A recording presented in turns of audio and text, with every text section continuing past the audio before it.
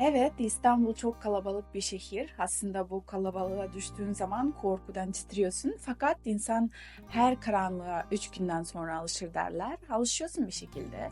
İlk geldiğimde şok yaşadım çünkü Mecidiyeköy metrosunda ayak koyacak bir yer yok.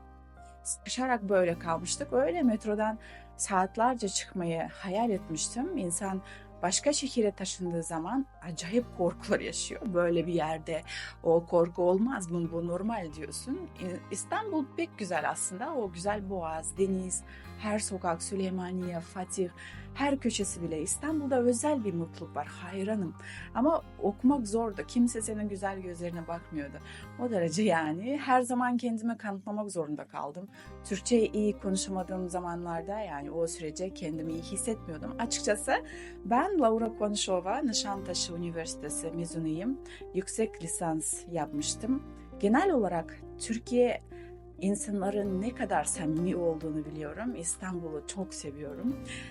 Достар, дәл осылай мен сияқты түркше еркін сөйлегіңіз келсе, осы парақшаға жазылып қолдап отырыңыздар. Сіздерге алдағы уақытта да керемет видеолар жазып, сіздермен фидбек жасайтын боламыз. Келіңіздер.